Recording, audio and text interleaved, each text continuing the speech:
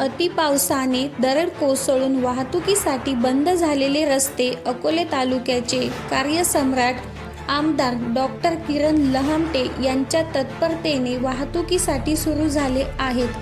लवाळी, पाचनई, हरिश्चंद्रगड, पेठेची वाडी तसेच अंबित रस्त्यावर देखील पावसामुळे दरड कोसळून मोठ्या प्रमाणावर मुरुम व माती रस्त्यावर आली होती।